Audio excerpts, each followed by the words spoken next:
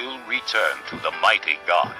Though your people, O Israel, be like the sand by the sea, only a remnant will return. Destruction has been decreed, overwhelming and righteous. The Lord Almighty, will carry out the destruction decreed upon the whole land. Therefore, this is what the Lord Almighty says. O my people who live in Zion, do not be afraid of the Assyrians, who beat you with a rod and lift up a club against you as Egypt did. Very soon my anger against you will end, and my wrath will be directed to their destruction. The Lord Almighty will lash them with a whip, as when he struck down Midian at the rock of Oreb, and he will raise his staff over the waters as he did in Egypt. In that day their burden will be lifted from your shoulders, their yoke from your neck. The yoke will be broken because you have grown so fat. They enter Aiath. They pass through Migron. They store supplies at Michmash. They go over the pass and say, we will camp overnight at Geba. Ramah trembles. Gibeah of Saul flees. Cry out, O daughter of Galim. Listen, O Laisha. Poor Anathoth. Madmanna is in flight. The people of Gebim take cover. This day they will halt at Nob. They will shake their fist at the mount of the daughter of Zion, at the hill of Jerusalem. See, the Lord Almighty will lop off the boughs with great power. The lofty trees will be felled, the tall ones will be brought low. He will cut down the forest thickets with an axe. Lebanon will fall before the mighty one. Chapter 10. Woe to those who make unjust laws, to those who issue oppressive decrees to deprive the poor of their rights and withhold justice from the oppressed of my people, making widows their prey and robbing the fatherless. What will you do on the day of reckoning, when disaster comes from afar? To whom will you run for help?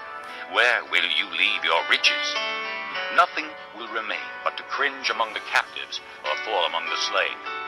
Yet for all this, his anger is not turned away. His hand is still upraised. Woe to the Assyrian, the rod of my anger, in whose hand is the club of my wrath. I send him against a godless nation. I dispatch him against the people who anger me, to seize loot and snatch plunder and to trample them down like mud in the streets. But this is not what he intends. This is not what he has in mind.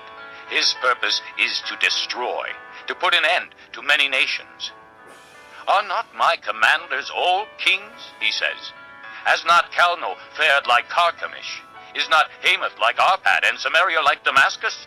Has my hand seized the kingdoms of the idols, kingdoms whose images excelled those of Jerusalem and Samaria? Shall I not deal with Jerusalem and her images, as I dealt with Samaria and her idols? When the Lord has finished all his work against Mount Zion and Jerusalem, he will say, I will punish the king of Assyria for the willful pride of his heart and the haughty look in his eyes. For he says, by the strength of my hand I have done this, and by my wisdom, because I have understanding. I removed the boundaries of nations. I plundered their treasures. Like a mighty one I subdued their kings. As one reaches into a nest, so my hand reached for the wealth of the nations. As men gather abandoned eggs, so I gathered all the countries. Not one flapped a wing or opened its mouth to chirp. Does the axe raise itself above him who swings it, or the saw boast against him who uses it?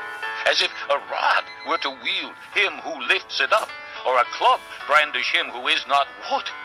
Therefore the Lord Almighty, will send a wasting disease upon his sturdy warriors. Under his pomp a fire will be kindled like a blazing flame. The light of Israel will become a fire, their Holy One a flame. In a single day it will burn and consume his thorns and his briars. The splendor of his forests and fertile fields it will completely destroy, as when a sick man wastes away.